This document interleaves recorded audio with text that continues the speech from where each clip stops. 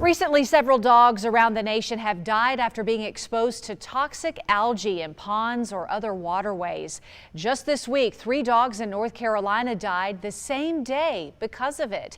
And now some reservoirs in and around the Treasure Valley have tested positive for it. So we wondered, what is this algae? How is it found? And what makes it so harmful to pets? Our Misty Inklet joins us now with some answers. Misty, what'd you learn? Well, Kim, according to the DEQ's website, there are about 7 local reservoirs that currently have active advisories, meaning they're the reservoirs that have been tested already and came back positive for some sort of algae toxin. So these are the reservoirs that we're talking about. We have a couple up here. We've got Hills Canyon Reservoir in Adams County. We've got the Brownlee Reservoir in Washington County. Down here, we also have a couple in Ada County. We've got the Blacks Creek and Indian Creek reservoirs, and then the Mountain Home Reservoir in Elmore County. A little bit further to the south and to the east, we've also got ones in Blaine County, Camas County, and one down here just off the map in Twin Falls County. And here's what those reservoir toxins could mean for you.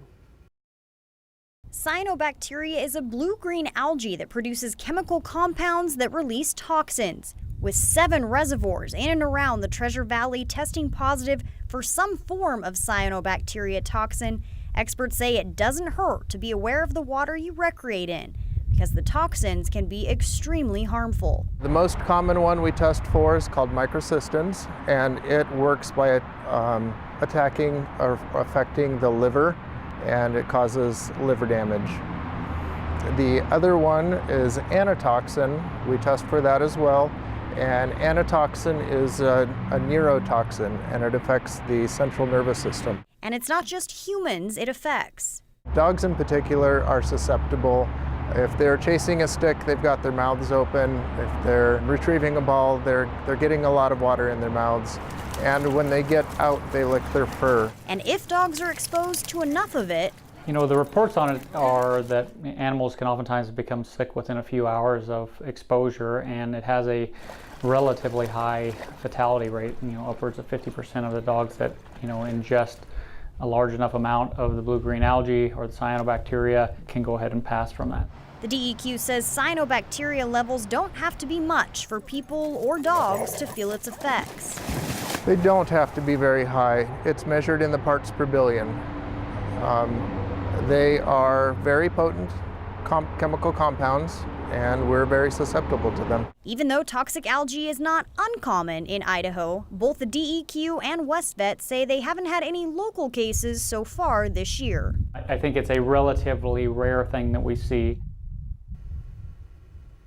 Now, if you think that you or your dog may have been exposed, the best thing to do is what you immediately want to get out of the water, and you want to rinse off immediately. If we can get our video to work here, let's hit play.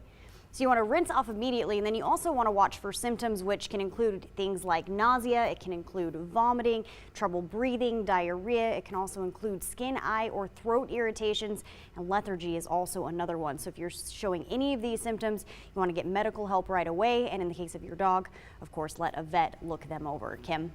And for more information on the toxin and the local reservoirs that are affected, check out this story on ktvb.com.